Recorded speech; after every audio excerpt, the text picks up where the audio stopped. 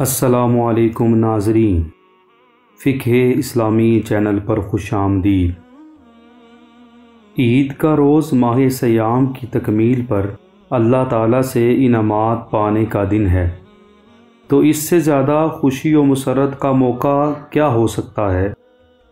یہی وجہ ہے کہ امت مسلمہ میں اس دن کو ایک خاص مقام اور اہمیت حاصل ہے۔ حضرت انس رضی اللہ عنہ سے روایت ہے کہ اہل مدینہ 2 دن بطور تہوار مناتے اور ان میں کھیل تماشے کرتے تھے۔ رسول کریم صلی اللہ علیہ وآلہ وسلم نے ان سے دریافت فرمایا، یہ 2 دن جو تم مناتے ہو ان کی حقیقت اور حیثیت کیا ہے؟ تو انہوں نے کہا، ہم جاہلیت میں یہ تہوار اسی طرح منایا کرتے تھے۔ یہ سن کر رسول اللہ صلی اللہ علیہ وآلہ وسلم نے فرمایا، اللہ تعالیٰ نے تمہارے ان دونوں تہواروں کے بدلے میں ان سے بہتر 2 دن مقرر فرما دیے ہیں، یوم عید الاضحیٰ اور یوم عید الفطر۔ 2 اسلامی تہواروں یعنی عیدین کے موقع پر مخصوص نماز ادا کی جاتی ہے۔ نماز عید کا وقت بقدر ایک نیزہ آفتاب بلند ہونے سے لے کر نصف النہار تک ہے، مگر ناظرین عید الفطر میں دیر کرنا مستحب ہے۔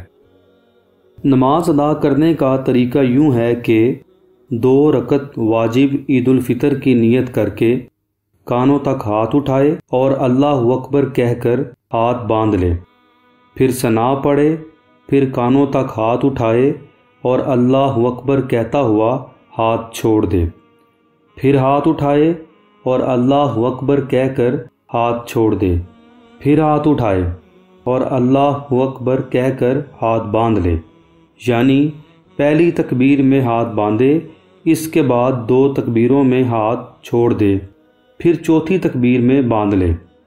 ناظرین، اس کو یوں یاد رکھیے کہ جہاں تکبیر کے بعد کچھ پڑھنا ہے وہاں ہاتھ باندھ لیے جائیں اور جہاں پڑھنا نہیں وہاں ہاتھ چھوڑ دیے جائیں۔ پھر امام تعوذ یعنی اعوذ باللہ اور تسمیہ یعنی بسم اللہ آہستہ پڑھ کر بآواز بلند فاتحہ اور سورت پڑھے، پھر رکوع کرے اور دوسری رکعت میں پہلے سورہ فاتحہ اور سورت پڑھے، پھر 3 بار کان تک ہاتھ لے جا کر اللہ اکبر کہے اور ہاتھ نہ باندھے، اور چوتھی بار بغیر ہاتھ اٹھائے اللہ اکبر کہتا ہوا رکوع میں جائے۔ اس سے معلوم ہو گیا کہ عیدین میں زائد تکبیریں 6 ہوں گی، 3 پہلی رکعت میں قرأت سے پہلے اور تکبیر تحریمہ کے بعد، اور 3 دوسری رکعت میں قرأت کے بعد اور تکبیر رکوع سے پہلے۔ ان 6 تکبیروں میں ہاتھ اٹھائے جائیں گے اور ہر 2 تکبیروں کے درمیان میں 3 تسبیح کی قدر سکتہ کرے۔ نماز عید کے بارے میں چند اہم مسائل ایسے ہیں جن کا جاننا ہر شخص کے لیے ضروری ہے۔ اگر امام 6 تکبیروں سے زیادہ تکبیریں کہے تو مقتدی کیا کرے؟ اگر کوئی شخص پہلی رکعت میں تکبیرات کے بعد شامل ہوا ہو تو وہ اپنی تکبیرات کس طرح ادا کرے؟ اگر امام تکبیر کہنا بھول جائے تو مقتدی کے لیے کیا حکم ہے؟ اگر امام تکبیرات کے دوران ہاتھ نہ اٹھائے تو مقتدی کے لیے کیا حکم ہے؟ اگر کسی عذر سے عید کے روز نماز ادا نہ ہو سکی تو کیا دوسرے یا تیسرے روز پڑھی جا سکتی ہے؟ اگر کوئی شخص عید کی نماز ادا نہ کر سکا تو اس کے لیے کیا حکم ہے؟ ناظرین، پہلا مسئلہ کہ اگر امام 6 تکبیروں سے زائد تکبیریں کہے تو مقتدی کیا کرے؟ اس کے جواب میں فقہاء کرام فرماتے ہیں کہ اگر امام نے 6 تکبیروں سے زائد تکبیریں کہیں تو مقتدی بھی امام کی پیروی کرے، مگر 13 سے زیادہ میں امام کی پیروی نہیں کی جائے گی۔ دوسرا مسئلہ اپنی نوعیت کے اعتبار سے بہت اہم ہے کہ اگر کوئی شخص پہلی رکعت میں تکبیرات کے بعد شامل ہوا ہو تو وہ کیا کرے؟ اس کے جواب میں فقہا فرماتے ہیں، پہلی رکعت میں امام کے تکبیر کہنے کے بعد مقتدی شامل ہوا تو اسی وقت 3 تکبیریں کہہ لے، اگرچہ امام نے قرأت شروع کر دی ہو، اور 3 ہی کہے اگرچہ امام نے 3 سے زیادہ کہی ہوں، اور اگر اس نے تکبیریں نہ کہیں کہ امام رکوع میں چلا گیا تو کھڑے کھڑے تکبیریں نہ کہے بلکہ امام کے ساتھ رکوع میں جائے اور رکوع میں تکبیر کہے۔ رکوع میں تکبیر کہتے ہوئے ہاتھ نہ اٹھائے، اور اگر امام کو رکوع کی حالت میں پائے اور غالب گمان ہو کہ تکبیریں کہہ کر امام کو رکوع میں پا لے گا تو کھڑے کھڑے تکبیریں کہے پھر رکوع میں جائے، ورنہ اللہ اکبر کہہ کر رکوع میں جائے اور رکوع میں تکبیریں کہے۔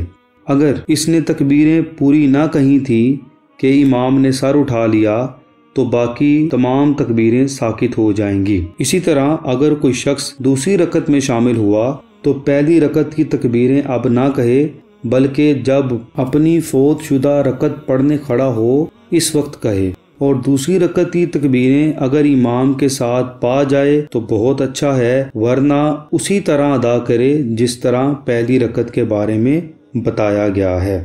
اگر امام تکبیر کہنا بھول جائے اور رکوع میں چلا جائے تو واپس قیام کی طرف نہ آئے اور نہ رکوع میں تکبیر کہے۔ چوتھا مسئلہ، اگر امام تکبیرات کے دوران ہاتھ نہ اٹھائے تو مقتدی کے لیے ضروری ہے کہ وہ ہاتھ اٹھائے۔ پانچواں مسئلہ، اگر کسی عذر سے عید کے روز نماز ادا نہ ہو سکی تو کیا دوسرے یا تیسرے دن نماز پڑھی جا سکتی ہے؟ تو فقہاء کرام فرماتے ہیں کہ کسی عذر کے سبب عید کے دن نماز نہ ہو سکی، مثلا سخت بارش ہوئی یا ابر کے سبب چاند نہیں دیکھا گیا اور گواہی ایسے وقت گزری کہ نماز نہ ہو سکے، یا ابر تھا اور نماز ایسے وقت ختم ہوئی کہ زوال ہو چکا تھا، تو دوسرے دن پڑھی جائے۔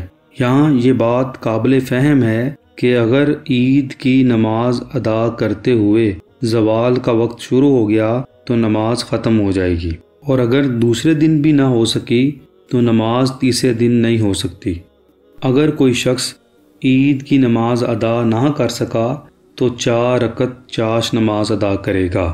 آج کل کی صورتحال میں یہ سوال کیا جا رہا ہے کہ کیا کرونا وبا کی صورت میں عید کی نماز پڑھنا ضروری ہے یا نہیں، تو فقہاء کرام نے احتیاطی تدابیر کے ساتھ نماز عید ادا کرنے کو ترجیح دی ہے۔ ناظرین، ویڈیو پسند آنے کی صورت میں لائک کریں اور اپنے دوستوں کے ساتھ ضرور شیئر کریں۔ ملتے ہیں نئی ویڈیو کے ساتھ،